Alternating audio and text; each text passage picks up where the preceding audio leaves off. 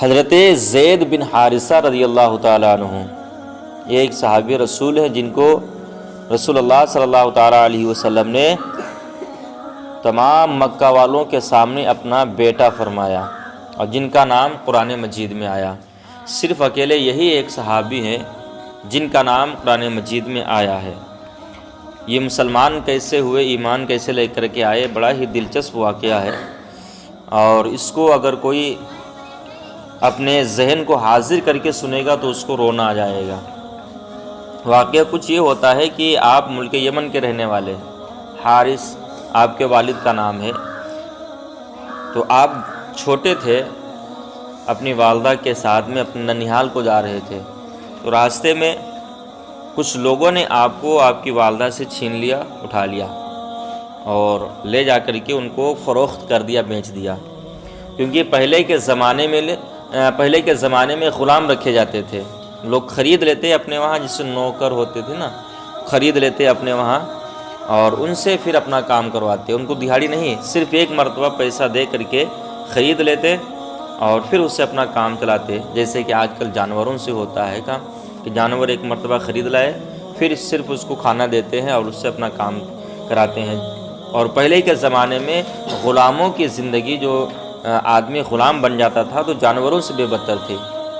بچپن کا زمانہ تھا، بڑے ہی شریف تھے، بڑے ہی خوبصورت تھے، تہذیب و طریقہ والے تھے، ڈاکوؤں نے لے جا کر کے ان کو بیچ دیا۔ قسمت اچھی تھی تو ان کو خریدا حضرت خدیجہ رضی اللہ تعالیٰ عنہ کے بھتیجے نے، ٹھیک، ان کو خریدا اور خریدنے کے بعد میں تحفے کے طور پہ حضرت خدیجہ رضی اللہ تعالیٰ عنہ کو دے دیا۔ حضرت خدیجہ نے حضرت زید کو لیا اور پھر آپ نے تحفے کے طور پر حضور صلی اللہ تعالیٰ علیہ وسلم کو دے دیا، اور حضور صلی اللہ تعالیٰ علیہ وسلم کے ساتھ میں حضرت زید رہنے لگے۔ وقت گزرتا رہا اور ادھر آپ کی ماں کا رو رو کر کے حال بہت برا ہو چکا تھا۔ حضرت زید کے والد اتنا روتے تھے کہ ایک پورا کلام بنا کر کے تیار کر دیا، اور حضرت زید جب پہاڑوں پہ جاتے تو روتے اور کہتے، اے پہاڑوں، اگر تم میں میرا زید ہو تو بتا دو۔ پہاڑوں، کیونکہ غم جو اولاد کا ہوتا ہے وہ صرف اولاد ہی والا جانتا ہے، ٹھیک۔ ماں باپ کو اگر جو بیٹے اس کے ہیں چاہے جتنا ہی کیوں نہ مارے، لیکن ماں باپ اپنے بیٹے سے محبت اتنی ہی کرتے ہیں جتنی اللہ رب العزت نے ان کے دلوں میں رکھ دی ہے، اور اس کی مثال کوئی پیش نہیں کر سکتا ہے۔ ماں اور باپ اپنے بیٹے کے لیے ہر چند کوشش کرتے ہیں کہ میرا بیٹا خوش رہے۔ حضرت زید رضی اللہ تعالیٰ عنہ کے والد پہاڑوں میں جاتے روتے، بازاروں میں جاتے لوگوں کے سامنے روتے اور کہتے کہ اے لوگو، اگر تم نے میرے زید کو دیکھا ہو تو بتا دو۔ بچپنے کے عالم تھا اور اٹھا لیا گیا، اور یہ آس لگائے تھے، امید لگائے تھے کہ ایک دن میرا بیٹا زید آ کر کے ضرور ملے گا، اور روتے اور غم بھری آواز میں روتے اور کہتے کہ اگر اے سورج، تو نے میرے زید کو کہیں دیکھا ہو تو بتا دے۔ ایسے اشعار کہ جو ان کو سنتا وہ روتا تھا، درد بھرے حضرت زید کی محبت میں لکھے، اور کہا اس شعر میں ایک جگہ یہ بھی کہا کہ اے زید، تو کسی بھی زمین کے حصے پر ہو، میں اونٹ کی طریقے سے چل کر کے تجھے تلاش کروں گا، تجھے ڈھونڈوں گا، اونٹ کی طریقے سے۔ اونٹ کبھی جو ہے تھکتا نہیں، اونٹ تھکتا نہیں، اور کہتے اونٹ بھی تھک جائے گا، اونٹ بھی اگر تھک جائے لیکن میں تھکوں گا نہیں، میں تجھے تلاش کر کے رہوں گا۔ حضرت زید کی محبت میں ایک دم سے دیوانے کی طریقے سے آپ کے والد ہو گئے، پاگل ہو گئے تھے ایک دم، ہر جگہ زید کی تلاشی، ہر جگہ زید کو تلاش کرتے اور لوگوں کو پڑھ پڑھ کر کے اشعار سنایا کرتے۔ وقت گزرتا رہا، ادھر وہ زمانہ آیا کہ حضرت زید بھی بڑے ہو گئے اور مکے میں اسلام پھیل گیا، لوگ حج کرنے کے لیے آنے لگے، اور حضرت زید کے والد پہلے عیسائی تھے، عیسیٰ علیہ السلام کے امتی تھے، کلمہ پڑھتے تھے ان کا۔ تو کچھ لوگ یمن سے حج کرنے کے لیے مکہ مکرمہ پہنچے۔ کہاں؟ مکہ شریف کو کچھ لوگ حج کرنے کے لیے جب پہنچے اور پہنچنے کے بعد میں حضرت زید کے جو والد تھے ان کے اشعار ان لوگوں نے مکہ میں لوگوں کے سامنے پڑھنا شروع کر دیا کہ ہمارے وہاں یمن میں ایک باپ ہے جو اپنے بیٹے کے غم میں اتنا رو رہا ہے کہ جہاں جہاں وہ شعر پڑھا جاتا ہے، جہاں جہاں اس کے قصیدے پڑھے جاتے ہیں تو سننے والے بھی اس کو رونا آ جاتا ہے جو سنتے ہیں۔ تو ان حاجیوں نے، حجاج لوگوں نے پڑھ کر کے لوگوں کو سنایا کہ اس طریقے سے ایک باپ اپنے بیٹے کی فریاد میں شعر پڑھ رہا ہے، پاگلوں کے طریقے سے گھوم رہا ہے۔ تو حضرت زید بھی وہیں موجود تھے، انہوں نے سنا کہ یہ میرے باپ کا ہی ذکر ہو رہا ہے، اور یہ جو نشانیاں بتائی جا رہی ہیں، جو بیٹے کے بارے میں کہا جا رہا ہے، وہ میں ہوں۔ حضرت زید گئے، ان سے ملاقات کرتے ہیں، اور ملاقات کرنے کے بعد کہتے ہیں جاؤ میرے گھر کہہ دینا میرے ماں باپ سے کہ میں خوشحال ہوں، میں خانہ کعبہ کی دیکھ بھال کر رہا ہوں، میں خوشحال ہوں، اور مجھے وہ آقا ملا ہے جو ماں اور باپ دونوں سے زیادہ محبت کرتا ہے۔ کہا جاؤ جا کر کے میرے گھر والوں کو یہ خوشخبری سنا دینا۔ تو وہ لوگ گئے یمن کو، اور جانے کے بعد میں حضرت زید کے والد سے ساری بات سنا دی کہ تمہارا بیٹا محمد ابن عبداللہ کی غلامی میں ہے، وہاں وہ رہ رہا ہے، اور اس کے حلیے کو دیکھ کر کے ایسا نہیں لگتا ہے کہ ان کی غلامی میں ہے، وہ ہر طریقے سے آزاد لگ رہا ہے، تمہارا بیٹا خوشحال ہے۔ تو بتاؤ اتنے دنوں سے جس بیٹے کے غم میں باپ رو رہا ہوگا، اور اس کو جب یہ خوشخبری ملی ہوگی تو اس کی خوشی کا عالم کیا ہوگا۔ یہ ایک چیز جو برسوں ختم ہو گئی ہو اور صرف اس کی آس لگی ہو، پھر اچانک خبر آ جائے کہ وہ چیز ہے تو کتنی خوشی ہوتی ہے۔ حضرت زید کی خبر جب آپ کے والد نے سنی تو پہلے تو یقین نہیں ہوا۔ کیا؟ پہلے یقین نہیں ہوا۔ جب یقین نہیں ہوتا ہے تو ان لوگوں نے کہا نہیں میں یقین دلاتا ہوں، حقیقت میں وہ آپ ہی کا بیٹا ہے۔ تو فوراً حضرت زید کے والد اور حضرت زید کے چچا دونوں لوگ مکہ پہنچے، اور پہنچنے کے بعد رسول اللہ صلی اللہ تعالیٰ علیہ وسلم کے بارے میں خبر کی، اور پھر رسول سے ملاقات کی اور کہا کہ اے محمد ابن عبداللہ، میں نے جیسا سنا ہے کہ آپ غریبوں کے اوپر شفقت کرتے ہیں، آپ غلاموں کو آزاد کر کے رکھتے ہیں، آپ کے در پہ اگر کوئی آتا ہے سوال لے کر کے تو اس کے سوال کو آپ رد نہیں کرتے، جو بھی مانگتا ہے کوئی تو اس کو آپ وہ عطا کرتے ہیں۔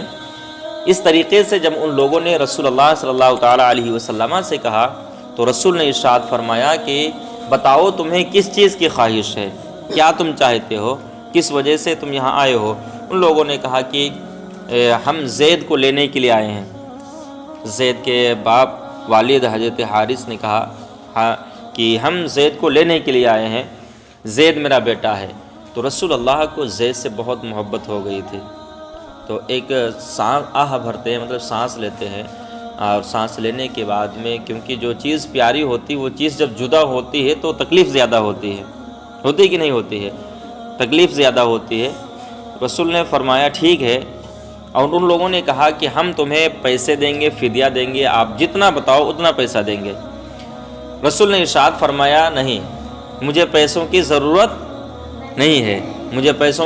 نہیں ہے، اگر تم زید کو لے جانا ہی چاہتے ہو تو میں اجازت یہ دیتا ہوں کہ زید کو بلاؤ اور یہ فیصلہ زید پر رکھ دو، اگر زید جانا چاہتا ہے اپنی مرضی سے تو چلا جائے، میں بغیر پیسے کے اسے آزاد کرتا ہوں، اور اگر وہ جانا نہ چاہے تو میں اسے اپنے آپ سے بھیجوں گا بھی نہیں۔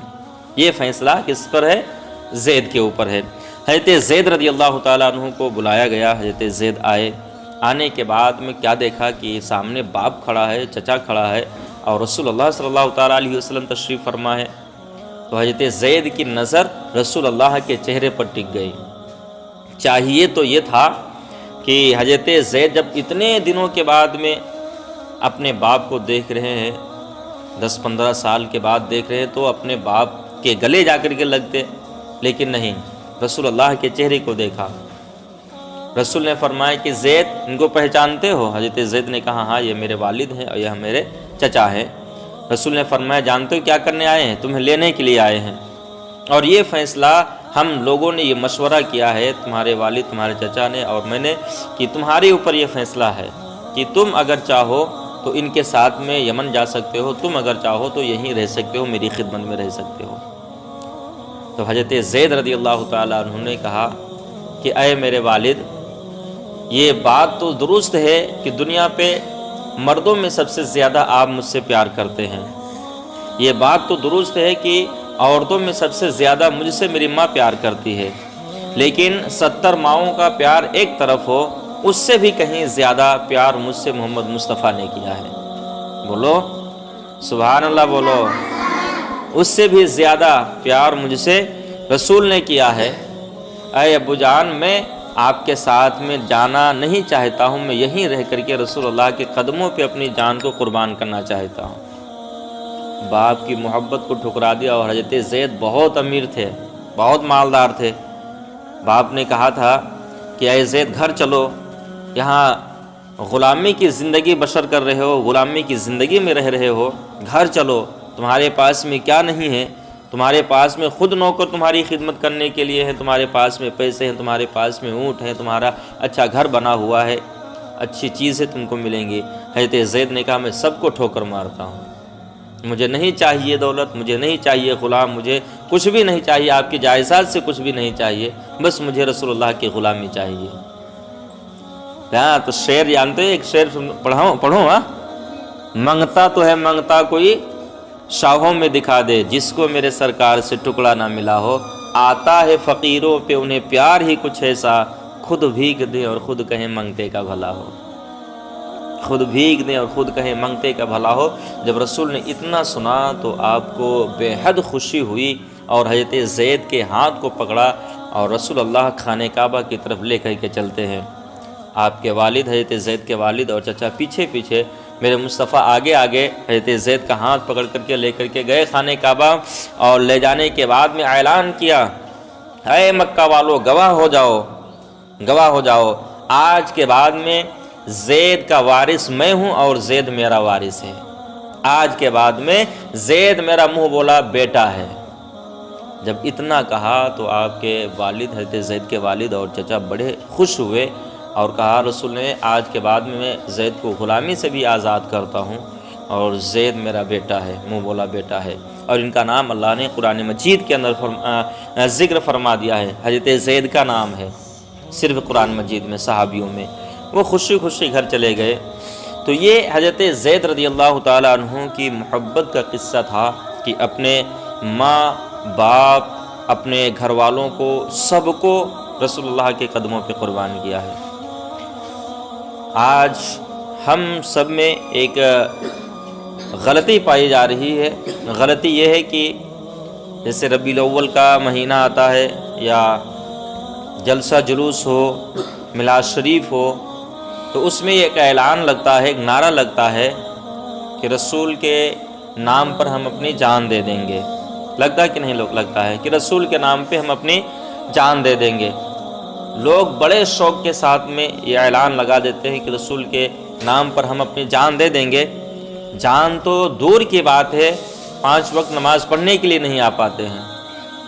جو رسول کی خاطر اپنی جان دے سکتا ہے وہ نماز نہیں پڑھے گا کیا؟ بولو، پڑھے گا، ضرور پڑھے گا نا۔ جب رسول پہ اپنی جان انسان کو سب سے زیادہ پیاری ہے۔ ابھی کوئی آئے، آ کر کے آپ کے گلے کے اوپر چھری رکھ دے کہ ابھی ہم تمہیں مار دیں گے، ابھی تمہاری گردن کاٹ دیں گے، تو ہر کوئی یہی بولے گا جتنا پیسہ چاہو پیسہ لے لو، جو کچھ لینا چاہو لے لو، ہماری جان بخش دو، ہے نا؟ یہی تو کہتا ہے کہ ہماری جان بخش دو، جو کچھ لینا چاہو لے لو ہم سے، جتنے پیسے لے لو، زمین لے لو، مجھے نہ مارو۔ جان انسان کو سب سے زیادہ پیاری ہے، اور اسی جان کو اعلان کرتا ہے کہ رسول کے قدموں پہ میں قربان کر دوں گا۔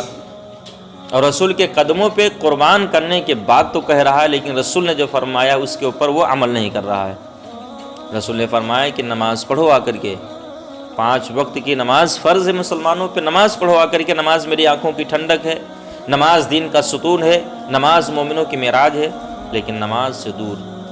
تو جب نماز نہیں پڑھ پاتے ہیں تو رسول کے قدموں کے اوپر اور رسول کی خاطر اپنی جان کہاں سے دیں گے؟ جان دی ہے کس نے؟ حضرت، بولو کس نے؟ ہاں کس کے بولو؟ حضرت زید رضی اللہ تعالیٰ عنہ نے۔ تو اسی طریقے سے محبت کرنی ہے رسول اللہ سے جس طریقے سے حضرت زید نے کی ہے، تمام بزرگوں نے کی ہے، تمام صحابہ کرام نے کی ہے۔ کہیں پر بھی رہو رسول اللہ سے محبت کرتے رہو، اور محبت کا یہ جھوٹا دعویٰ نہ کرو، سمجھ گئے؟ محبت کا جھوٹا دعویٰ نہ کرو، محبت کا سچا دعویٰ پیش کیا کرو، سمجھ گئے؟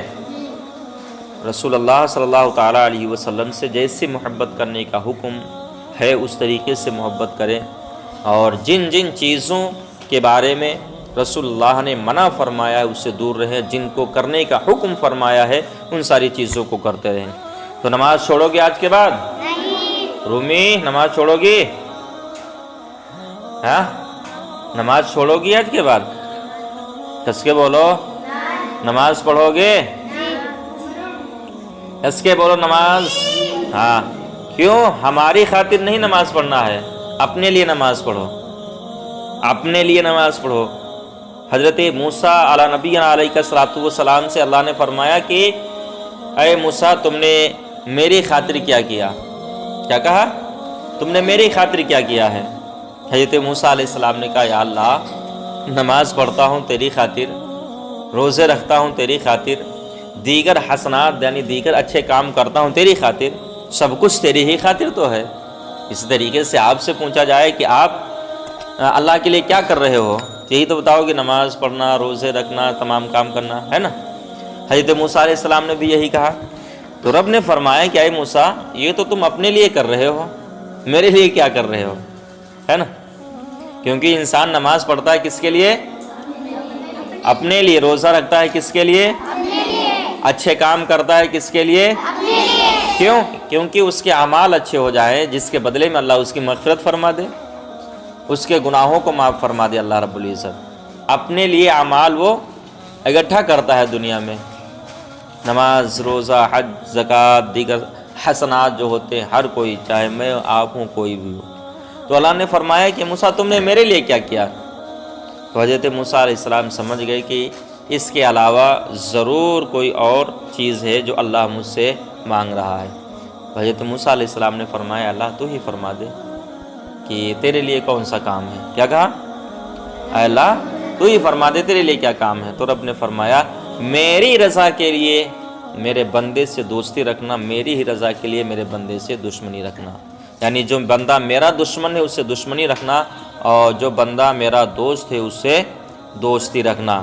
تو مطلب یہ ہے کہ اللہ رب العزت کی رضا کے لیے کسی سے دوستی رکھنا یہ رب کی خوشنودی کا ذریعہ ہے۔ کیا ہے؟ رب کی خوشنودی کا ذریعہ ہے، رب کے لیے کام ہے۔ اور نماز روزہ پڑھنا یہ اپنے لیے اچھے حسنات اکٹھا کرنا ہے، اور جو انسان اپنے لیے اچھے اعمال اکٹھا کرے گا اسی کے لیے آخرت میں کامیابی ہوگی، اسی کے لیے آخرت میں بھلائی ہوگی، ہے نا۔ جس کے پاس میں اچھے اعمال نہیں ہوں گے تو اس کے لیے آخرت میں اتنی سخت سزا دی جائے گی، اتنی سخت سزا دی جائے گی کہ انسان اس کو سوچ بھی نہیں سکتا ہے۔ آگ، ٹھنڈک کا مہینہ چل رہا ہے، آگ کے پاس میں ہر کوئی پہنچتا ہے، آگ سے فائدہ حاصل کرتا ہے کہ تھوڑا ہاتھ گرم ہو جائے، پیر گرم ہو جائے، کھانا بن جائے وغیرہ وغیرہ، آگ سے کام لیا جاتا ہے نا۔